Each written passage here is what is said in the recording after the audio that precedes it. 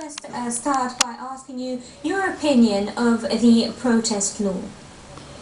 Actually, it's was really long awaited for this kind of law. It's you know, we reached the verge of a catastrophe in terms of law and order, and even the bloodshed that it we see on daily basis nowadays. So this law is really a good one, and it will minimize the fatalities, the casualties, the devastation of public properties and private properties, and even the path to the roadmap, the future roadmap. You know, because stability could not have been achieved with the circumstances that we are before applying this law. We were going down the drain, unfortunately. Right. What do you say, though, to human rights activists who say that this law infringes on the average civilian's right to protest? This is a big debate, actually, and when it comes to the stability in the law and order, the security of the individuals in the society, the public properties, as I've just mentioned, the path to the future roadmap, and getting the country on its feet back again. I think with what's always taking place in the country, these allegations of brutal police force handling of the protests, or the human rights and such stuff, I think that it's important for the human rights to preserve and save the lives of the individuals in the society. Right. You see, because these protests and demonstrations, violent demonstrations, with the usage of weapons and firecrackers and explosions, even assassination plans against some police personnel, army personnel, and even media people and other public figures in the community. Okay. I'd also like to ask you about the recent clashes or the unrest that we've seen across Egypt's universities. Now, obviously, this is a cause of great concern because obviously those supporters of the students who support the Brotherhood organization have been staging near daily protests at universities. Now, the problem particularly has hit hard on Azhar University. Why on Azhar? Actually, the Muslim Brotherhood supporters and the followers of the ousted President Mohammed Morsi, they are trying to pressure the government to get into a hold state, or a state of you know, still. Why the Azhar University? Because it seems that the Azhar University in particular was penetrated by a majority of the followers of Muslim Brotherhoods and the supporters of the ousted President Mohammed Morsi. This is the only logical explanation, and I think that it's also Azhar is one of the column of Islam, okay, which should, or which they think it should collapse, okay. Besides causing the chaos and trying to show the outer world that the country and the students are not in favor of what they legitimately call coup d'etat. Right. Okay. Obviously there was a decision passed on Thursday by Cabinet to allow police forces on to campuses, university campuses across the country. How do you see that particular decision? Actually, back to Al-Azhar University once again, it was a precedent by the head of the university to call the police and ask for help, because the students who are pro after President Morsi, or the Muslim Brotherhood supporters in the Azhar University, were so keen, okay, to kind of devastate and demolish the property, the premises of the university, the campus itself, try to cause a state of panic and try to get the education process into a halt, okay, as one step in their plan to let's say try to stop the roadmap, okay, especially when we are approaching achieving the constitution, and constitution is a big step for this country, right, actually. So they're believing in trying to put lots of obstacles on this path to the future roadmap. Does this mean, though, an end to the right to protest on campus? You know, applying this kind of law will deter lots of students, pro-Muslim Brotherhood or after President Mohammed Morsi.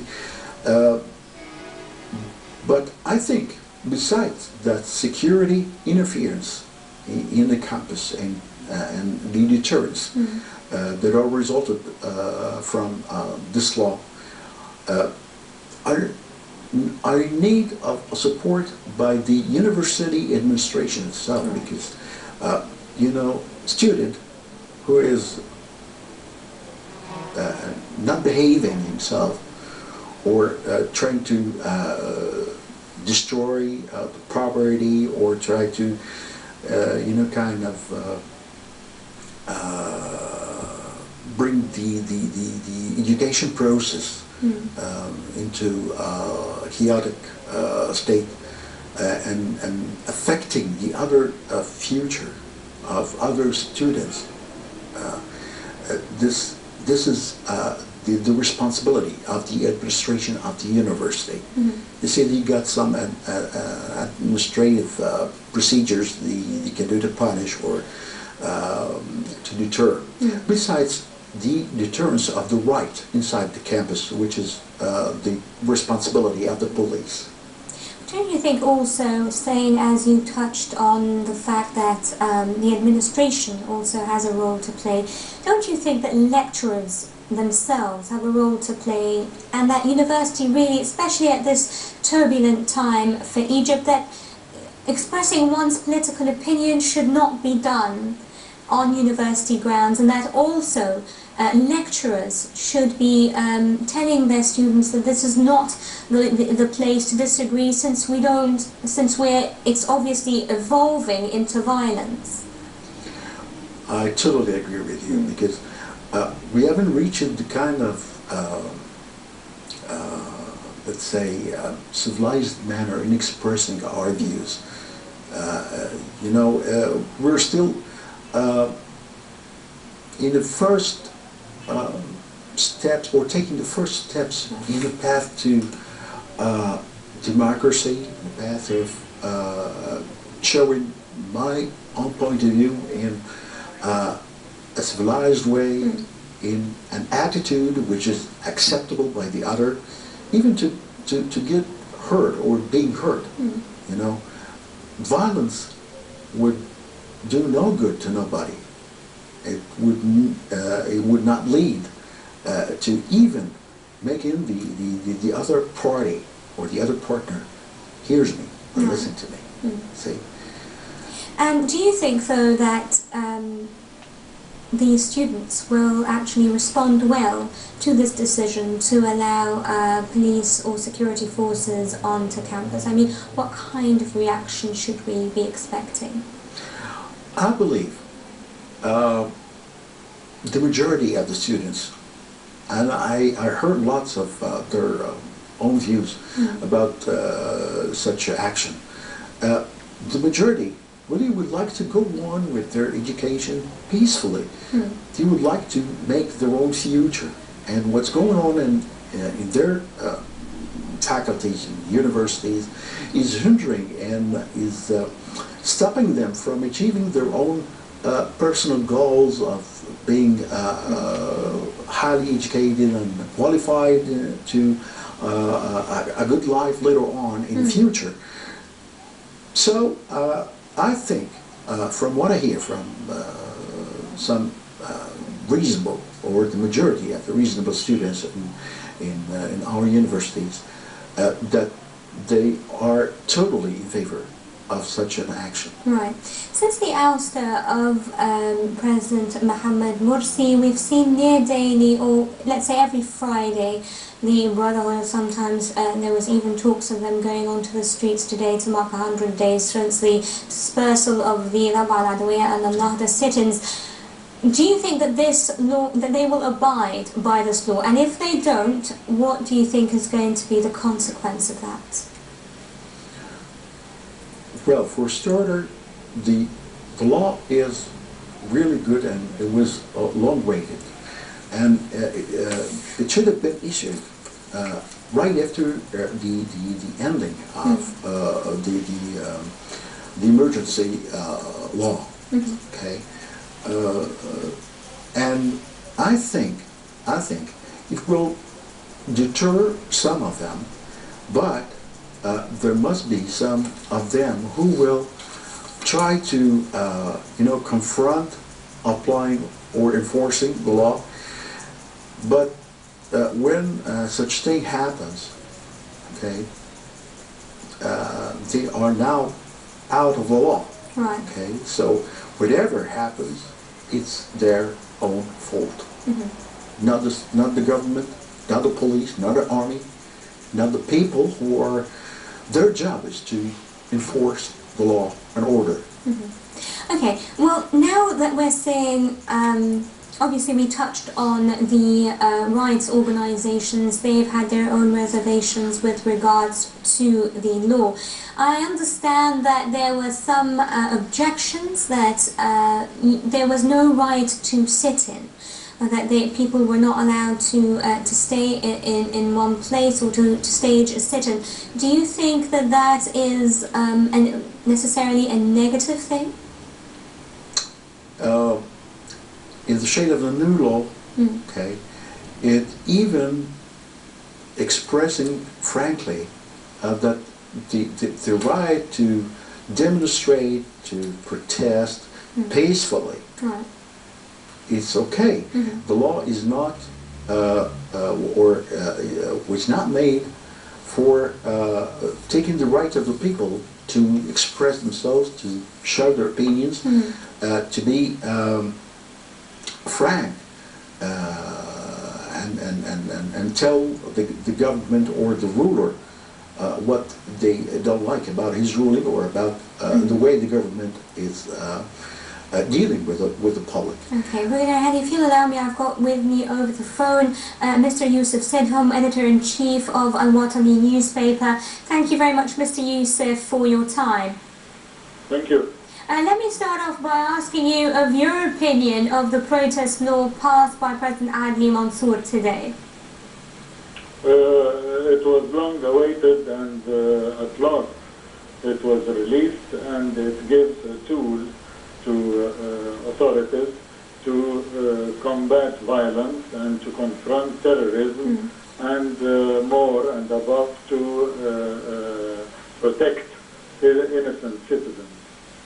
So what about those rights organizations who say that the law infringes on the right to protest as a whole?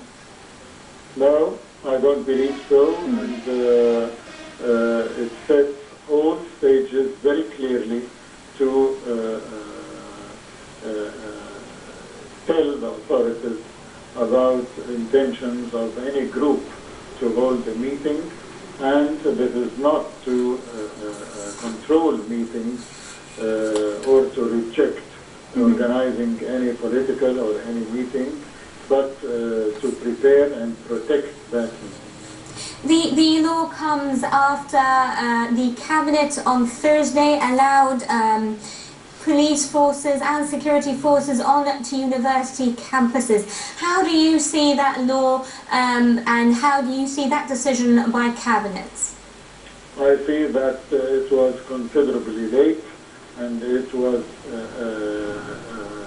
needed desperately, and we are in a non-ordinary time when we have to take special measures in order to set the rule of law and the dignity of the state. Okay, thank you very much, Mr. Yusuf Sedhom, Editor-in-Chief of Al-Watani newspaper. Now back to you, Brigadier Hany. Let me ask you as well, how do you think though of the overall security situation in the country? How do you think we are progressing on that front? I think we're doing fine, especially after the press conference been held by Minister of Interior. Jerry Ritchie declared lots of facts, and it really gives reassurances to the public that we're on the right path to eliminate the threats and dangers of those militants and terrorist groups affiliated to one of the world's most dangerous organizations, Al-Qaeda. And unfortunately, we have some affiliates here in Egypt, but the army and the police, they are doing a very good job, especially or look into the short period since the ousted president or since the ousting of President Mohammed Morsi, you see, and five of the most important elements, those dangerous takfiri, jihadi elements, were captured, were already detained, and those, besides many cells, many terrorist cells that were in hiding and being discovered by the national security and intelligence. Actually, I think it will take no long before these terrorist attacks and these life-threatening assassinations will come to a stop. We certainly hope so. Thank you very much, Brigadier Hany Sedky, security expert, for coming in tonight. Ladies and gentlemen, before we wrap up tonight's first segment, let's take a look at some of the opinions by the Egyptian public on the protest law. Our Nina Hassanallah has filed in this report.